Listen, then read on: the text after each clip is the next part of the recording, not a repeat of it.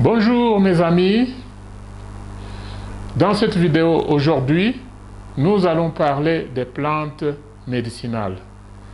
Les plantes médicinales sont une richesse cachée que l'Afrique n'utilise pas avec beaucoup de sérieux. Je m'appelle Ngandou Etienne. Dans cette vidéo, et des épices est dominée par les pays de l'Asie du Sud-Est, dont l'Inde, l'Indonésie, le Vietnam, et les pays de l'Amérique latine et du centre, dont le Mexique et le Brésil. Les seuls pays africains qui sont sur la liste des pays producteurs des plantes médicinales et des épices, c'est l'Éthiopie et le Madagascar. Avant de passer en la matière, d'abord, nous devons faire une différence entre les plantes médicinales tout court et les plantes appelées herbs en anglais, qui ont des vertus à la cuisine, qui sont des plantes aromatiques, des plantes épices en même temps. Aujourd'hui, nous allons parler des plantes médicinales en général qui ont toutes les vertus dont nous venons de parler. Quelle est l'importance de ces plantes médicinales? Je retiens ici 5 points. Au numéro 1, c'est la tradition et l'histoire. Ces plantes ont été utilisées plusieurs milliers d'années avant et nous avons cette responsabilité de les étudier pour préserver l'histoire. Au numéro 2, ces plantes sont accessibles et elles peuvent coûter moins cher. Au numéro 3, ces plantes ont un potentiel thérapeutique très important. Elles contiennent des substances chimiques naturelles capables de soigner plusieurs maladies, commençant par les plus simples maladies de la peau jusqu'au cancer. Au numéro 4, ces plantes ont moins d'effets secondaires. Vous voyez, lorsque vous administrez un médicament de la pharmacie, vous avez parfois des effets secondaires qui sont néfastes. Alors, ces plantes ont cet avantage. Et enfin, la biodiversité et la conservation. Lorsque nous étudions ces plantes, nous conservons la nature, nous préservons la biodiversité. Parce que certaines de ces plantes sont en disparition et leur disparition peut causer un déséquilibre dans l'écosystème. Quels sont les domaines d'utilisation de ces plantes? Ces plantes sont utilisées dans plusieurs domaines, dans plusieurs industries.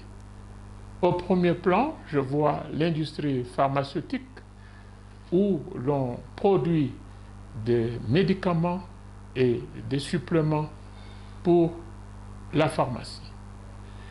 Nous avons la cuisine. Ces plantes sont utilisées en cuisine pour améliorer le goût de la nourriture. Et ces plantes sont utilisées en cosmétologie à cause de leur odeur parfumée. Ces plantes sont utilisées en agriculture pour lutter contre les maladies parasitaires. Et enfin, ces plantes sont utilisées en nutrition comme supplément. Ces plantes sont utilisées dans plusieurs industries créatrices de plusieurs milliards de dollars. Alors, comment reconnaître ces plantes? D'abord, pour les reconnaître, ce n'est pas facile. Il y en a beaucoup. Mais on peut retenir qu'il y a à peu près une centaine de plantes aromatiques, épices, les herbs, comme on les appelle. Quels sont les avantages de ces plantes en agriculture? Ces plantes ont beaucoup d'avantages en agriculture parce qu'elles sont faciles à maintenir. Faciles à maintenir dans le sens qu'une fois qu'elles se sont établies, vous n'avez plus de travail à faire. C'est pour cela que nous pensons que la culture de ces plantes peut amener beaucoup de richesses. De deux, elle ne demande pas beaucoup d'espace. 1 hectare suffit pour avoir une quantité de plantes médicinales qui peut vous changer en agriculteur indépendant. Un autre avantage est que ces plantes sont pour la plupart annuelles, biannuelles ou pérenniales. Annuelles, ce sont des plantes qui restent sur terrain pendant toute une saison, pendant toute une année, et elles produisent. Les plantes biannuelles sont celles qui peuvent survivre une saison d'hiver ou une saison sèche et aller au-delà, c'est-à-dire 2 années d'existence en train de produire. Et les plantes pérenniales sont des plantes qui restent pour plusieurs années dans le sol après que vous les ayez déjà plantées. Comment reconnaître ces plantes? Je dis que ce n'est pas facile, mais il faut commencer petit à petit une reconnaissance progressive, c'est-à-dire introduire les plus populaires de ces plantes, petit à petit, les étudier et voir de quelle manière on peut en introduire d'autres. Cette reconnaissance progressive peut être supportée avec le regroupement de ces plantes, c'est-à-dire les regrouper selon qu'elles sont annuelles, biannuelles ou selon qu'elles sont pérenniales. Passons à la reconnaissance de ces plantes. Sous la liste des plantes annuelles, nous voyons le basilic, la bourrache, la coriandre et la nette. Pour ne citer que celles-ci, ce sont des plantes qui restent dans le sol pendant une année. Dans la liste de plantes biannuelles, nous avons la céleri, le parsley et le chervil, qui sont presque des plantes similaires. Et parmi les plantes pérenniales, nous avons des plantes pérenniales à feuilles caduques, c'est-à-dire des feuilles tombent lorsque c'est la saison d'hiver, mais elles reviennent au printemps.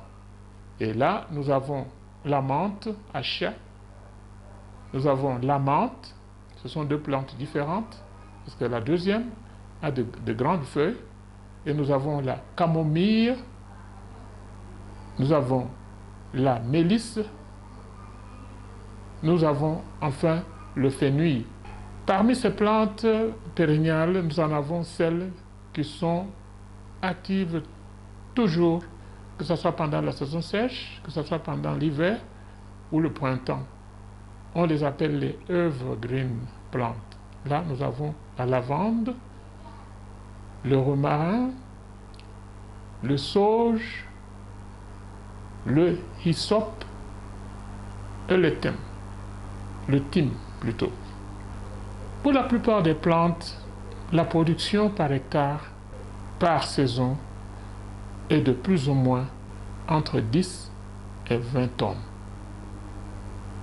C'est la production des feuilles vertes. Et vous savez, on peut utiliser ces feuilles vertes ou bien on peut utiliser les feuilles séchées. À partir des feuilles vertes, on peut obtenir de 100 à 300 kg de feuilles séchées. Et il y a des plantes qui, lorsqu'elles sont séchées avec des tiges, qui sont d'ailleurs utilisables, ces plantes épices peuvent aller au-delà de 750 kg par hectare. Il y a de ces plantes, c'est environ de 10 à 30 litres d'huile essentielle.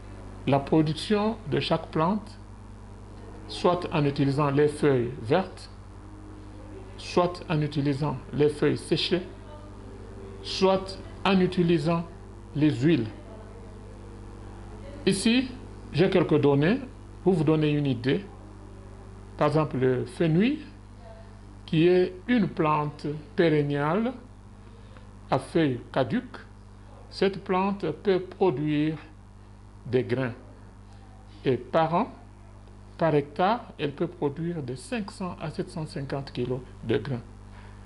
Et en Afrique du Sud, 1 kg de ces grains de fenouil coûte entre 90 et 100 rands le kilo. Lorsque nous multiplions 98 rands par kilo et nous prenons la moyenne de 500 kilos, nous avons environ 49 000 rands qui représentent environ 2400 $. J'ai un autre exemple de la coriandre qui peut produire environ 20 tonnes de feuilles, et ces 20 tonnes de feuilles peuvent produire une matière sèche d'environ 400 kg, entre 200 et 400 kg, et lorsque nous prenons le prix par le kilo, et ce prix varie d'un pays à un autre, d'une région à une autre, nous trouvons que cette plante peut facilement atteindre 2000 à 2500 $ par hectare. La menthe, qui produit de 15 à 20 tonnes de feuilles, peut produire environ 68 kg d'huile par hectare. Et le prix d'un kilo d'huile coûte environ 70 €. Et lorsque nous multiplions 70 € par le nombre de kilos de 68, nous avons environ une production de 4500 $. La lavande est une plante qui produit toutes les années. Et elle ne produit des fleurs qu'une fois par an. Et alors, lorsque nous prenons la moyenne de la production de cette plante, elle peut varier entre 2000 et 6000 $ par an par hectare. Alors, vous voyez que ces données sont simplement une idée. Vous pouvez peut-être avoir plus ou avoir moins que ce que j'ai mentionné ici, mais en général, voilà la voie qu'il faut utiliser pour faire des richesses à partir des plantes médicinales. Et tout au début de notre exposé, nous avons exprimé aussi, nous avons expliqué ou nous avons mentionné que ces plantes peuvent être utilisées dans plusieurs industries. Là, nous citons la santé, la nutrition, la pharmacie, bien sûr. Nous parlons de la cosmétologie. Nous parlons aussi de la parfumerie. Donc, ces plantes sont vraiment une ressource de fonds que nous pouvons utiliser. En conclusion, l'Afrique doit prendre du sérieux avec la culture des plantes médicinales. Des plantes médicinales qui ont plusieurs vertus. La responsabilité de l'utilisation de ces plantes ne doit pas être laissée entre les mains simplement de ceux qu'on appelle les guérisseurs. Je pense que nos gouvernements doivent prendre du sérieux afin qu'ils puissent exploiter ces plantes qui sont l'émanation de la nature. Et d'ailleurs, l'Afrique se trouve sur une zone de climats tropicaux et climat équatorial conducif. Merci beaucoup pour votre attention. Si le contenu de cette vidéo vous a plu, nous vous demandons de nous supporter en vous inscrivant et en cliquant sur la sonnette afin que vous puissiez recevoir d'autres vidéos du genre. Je m'appelle Nando Etienne, encore une fois. Je travaille pour l'académie, qui est My Talent Academy, une plateforme qui fait la promotion d'une révolution agricole africaine afin que ce continent puisse résoudre ses problèmes d'alimentation. My Talent Academy travaille avec Elagrico. Elagrico est une coopérative agricole également qui se trouve sur terrain en train de pratiquer certaines de ces choses dont nous parlons ici.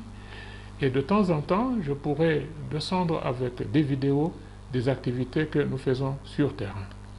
Alors merci, au revoir.